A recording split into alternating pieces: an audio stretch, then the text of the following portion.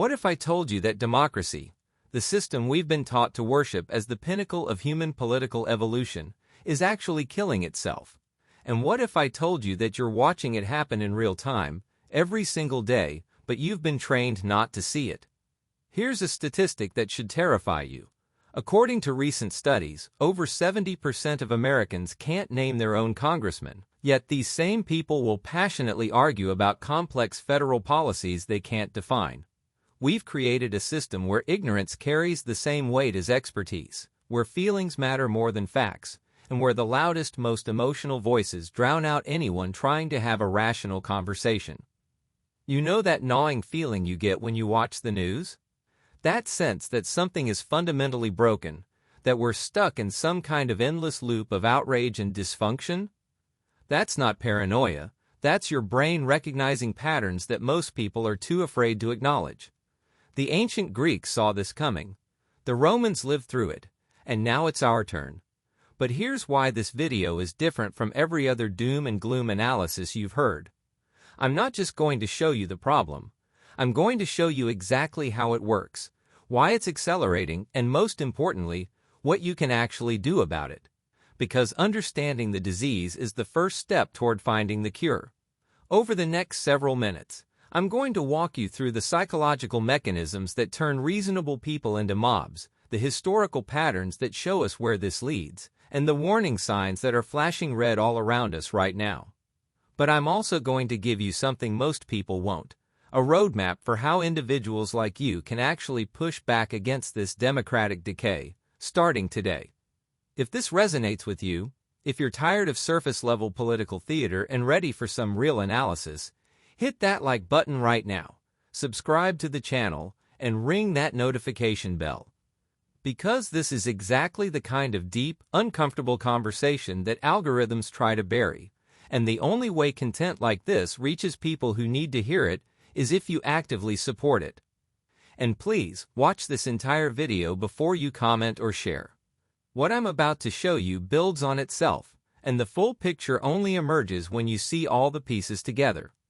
Trust me, by the end of this, you'll understand your world in a way that most people never will. Let's start with the biggest lie we tell ourselves about democracy. Here's something that'll probably make you uncomfortable. Democracy isn't the magical solution we've been told it is. You know that warm, fuzzy feeling you get when you hear power to the people? Well, it's time to take off those rose-colored glasses. The truth is, just because more people are involved in decision-making doesn't automatically mean those decisions will be any good. It's like asking 1,000 people who've never cooked before to design a restaurant menu. You're going to end up with chaos, not cuisine. Think about it this way. When you need heart surgery, do you want a democratic vote from everyone in the hospital waiting room, or do you want the one person who actually knows what they're doing? That's the democratic paradox right there. We've somehow convinced ourselves that collective decision-making is inherently superior, but here's what the ancient Greeks already figured out. Sometimes the crowd is just plain wrong. And when the crowd is wrong about important stuff, well, that's when societies start their slow march toward the cliff. The problem isn't that people are stupid, they're not.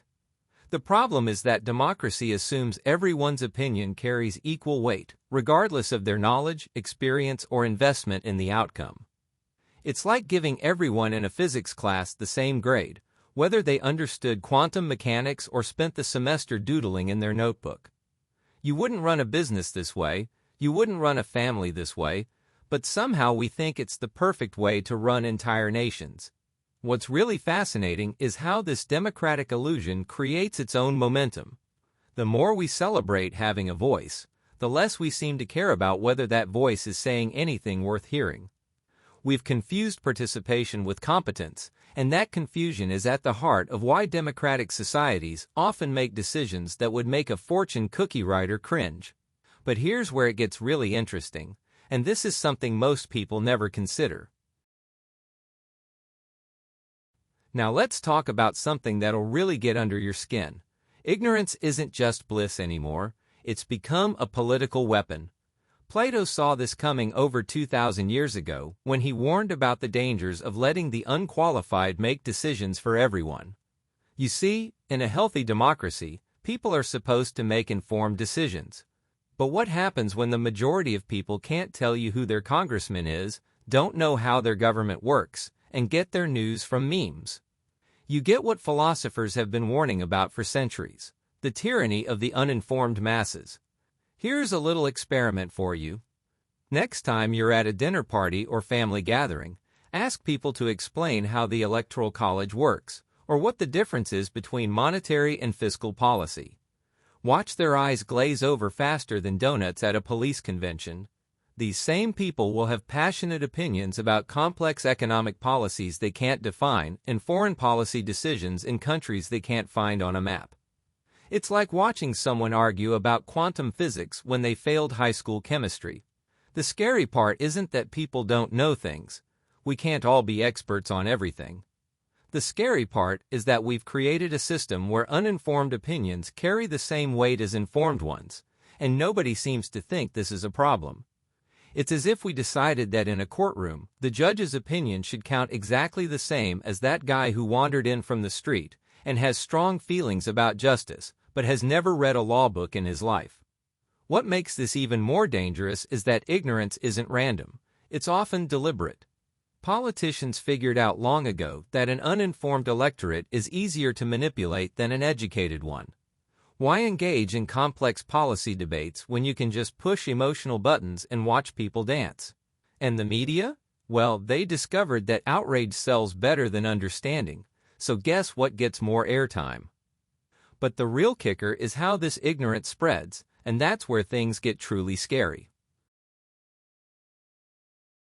Let me tell you something about crowds that your sociology professor probably didn't mention. They make people dumber, not smarter. Yeah, I know that sounds harsh, but stick with me here. When you put people in groups, something weird happens to their brains. Individual intelligence doesn't add up, it gets diluted. It's like mixing a fine wine with cheap beer. You don't get something twice as good, you get something that tastes like regret. Think about the last time you were at a concert or sporting event. Remember how easy it was to get swept up in the energy, to cheer for things you might not even agree with if you were sitting alone in your living room. That's not because you're weak-willed. That's because crowds have a psychological gravity that pulls individual thinking into collective madness. Social psychologists call it de-individuation, but you can just call it groupthink gone wild. Here's what's really wild. The bigger the crowd, the worse the thinking gets. It's like cognitive quality control goes out the window when you hit a certain number of people. Take social media, for example. You've probably seen how a reasonable person can turn into a raging lunatic when they're part of an online mob. They say and do things they'd never dream of doing face-to-face with another human being. That's not the internet making them crazy. That's the crowd psychology making them lose their individual moral compass. The ancient Greeks had a word for this: ochlocracy, which literally means rule by mob. They watched their own democracy tear itself apart because crowds stopped thinking and started feeling their way through important decisions. When emotion becomes the primary driver of collective decision-making, logic doesn't just take a backseat. It gets thrown out of the moving car entirely. And when societies start operating on pure emotion rather than reason, well, that's when things get really interesting in all the wrong ways. Here's a bitter pill to swallow. Democracies don't usually die from external attacks. They commit suicide. And the weapon they use? The slow, steady erosion of what founders like Jefferson and Adams called civic virtue. Now, before your eyes glaze over thinking this is some boring history lesson, let me tell you why this matters to your daily life. Civic virtue is basically the idea that citizens have responsibilities, not just rights. It's the difference between asking, "What can my country do for me?" and "What can I do for my country?" But here's what's happened. We've turned democracy into a giant vending machine. People walk up, insert their vote, and expect to get exactly what they want, when they want it. No waiting, no sacrifice, no consideration for anyone else. It's like everyone thinks they're the main character in the story of society, and everyone else is just a supporting actor, whose job is to make their life better. When enough people think this way, the whole system starts to buckle under the weight of collective selfishness. You can see this happening everywhere if you know what to look for. People want lower taxes but better services. They want politicians who tell it like it is, but get offended when someone tells them something they don't want to hear. They demand transparency but can't handle complexity. It's like wanting a relationship where the other person gives you everything you want and never asks for anything in return. Sounds great in theory, but it's not sustainable in practice. The founders of democratic systems understood something we seem to have forgotten. Democracy only works when people are willing to put the common good ahead of their personal interests, at least some of the time. But we've created a culture that celebrates individual desire above collective responsibility. And then we wonder why our democratic institutions are falling apart. It's like removing the load-bearing walls from a house and being shocked when the roof caves in. Speaking of things caving in, let me show you what history teaches us about this pattern. All right, let's take a little trip back in time, because if you want to understand where we're headed, you need to see where others have been. Alexis de Tocqueville, that brilliant French observer of American democracy, predicted this exact pattern back in the 1830s. He warned that democratic societies would eventually face what he called soft despotism, where people trade freedom for comfort and let others make decisions for them. Ancient Athens, the birthplace of democracy, lived out this prediction perfectly. Picture this. Athens is facing a major military threat, and they need experienced leadership. But instead of choosing their best generals, they start holding popularity contests. Leaders begin telling people what they want to hear rather than what they need to hear. Sound familiar?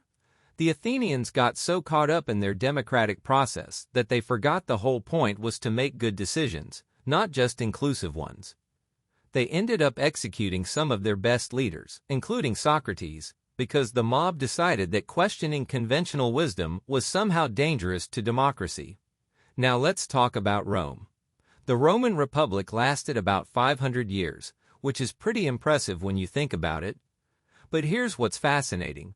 They didn't fall to barbarians initially. They fell to themselves. The system got hijacked by demagogues who figured out how to manipulate the democratic process for personal gain. Politicians started promising impossible things to win votes. The citizens started demanding bread and circuses instead of responsible governance. And before you know it, democracy transformed into dictatorship. Julius Caesar didn't destroy the Roman Republic.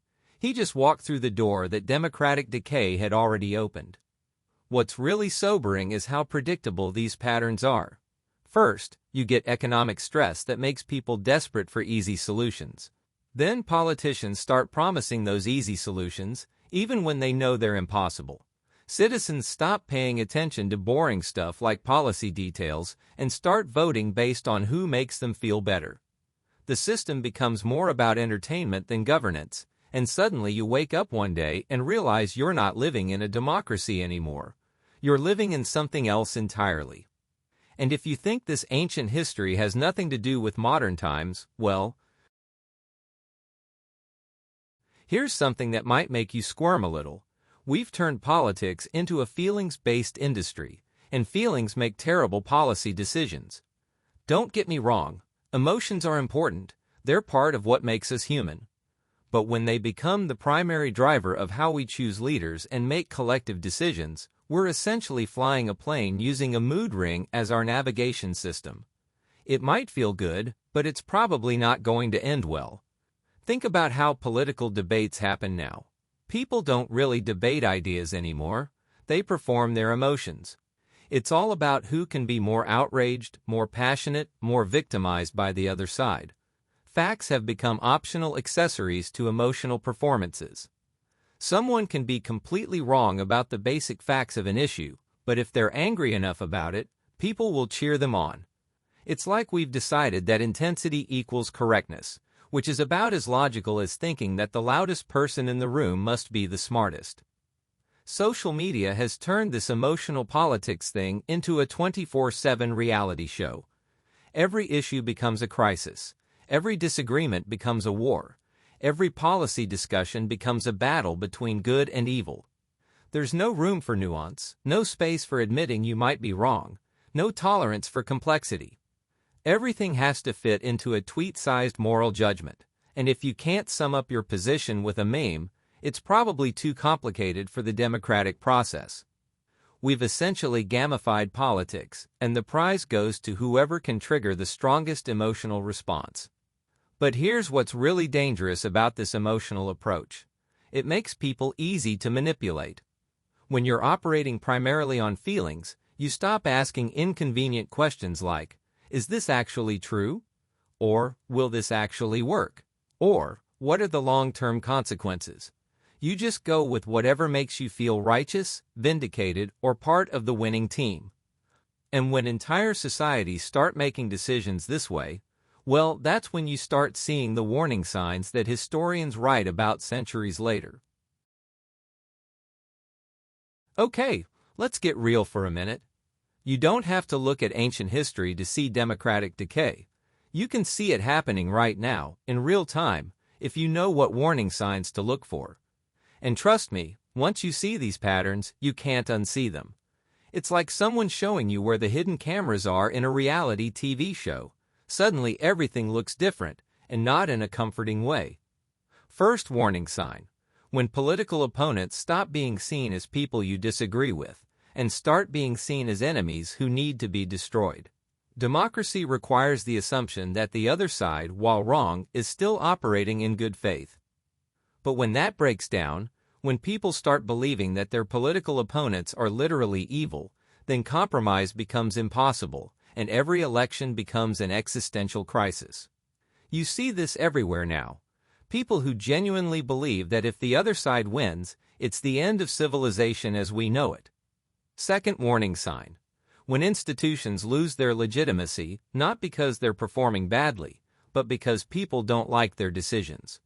Courts, elections, scientific institutions, educational systems, they're all under attack, not for corruption or incompetence, but for producing results that some people find politically inconvenient. It's like a sports team claiming the referee is biased every time they lose. When enough people stop trusting the rules of the game itself becomes impossible to play. Third warning sign, and this one's subtle: when complexity gets treated as conspiracy. Modern societies are incredibly complex, and sometimes complex problems don't have simple solutions.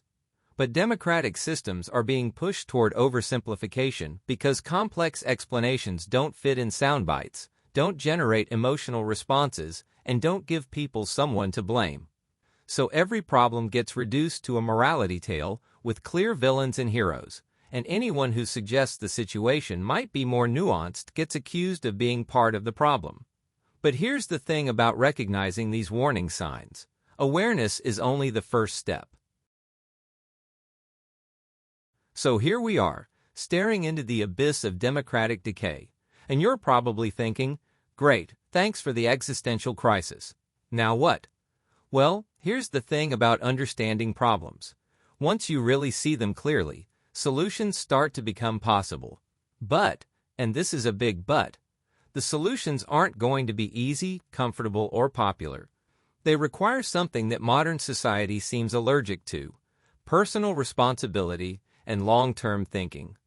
First, we need to rebuild what I call democratic fitness. Just like physical fitness, democratic fitness requires regular exercise. That means actually learning how your government works, understanding the issues beyond the headlines, and making decisions based on evidence rather than emotion. It means being willing to change your mind when presented with better information, and, here's the hard part, sometimes supporting policies that benefit society even if they don't directly benefit you. It's like going to the gym for your citizenship. Second, we need to stop treating politics like entertainment and start treating it like medicine, sometimes necessary, rarely pleasant, but focused on long-term health rather than immediate gratification. This means supporting leaders who tell uncomfortable truths instead of comfortable lies, even when those truths make us question our assumptions. It means demanding complexity in our discourse instead of settling for simplicity, and being willing to engage with people we disagree with instead of just shouting past them. But here's the most important part. Saving democracy isn't something that happens to you, it's something you do.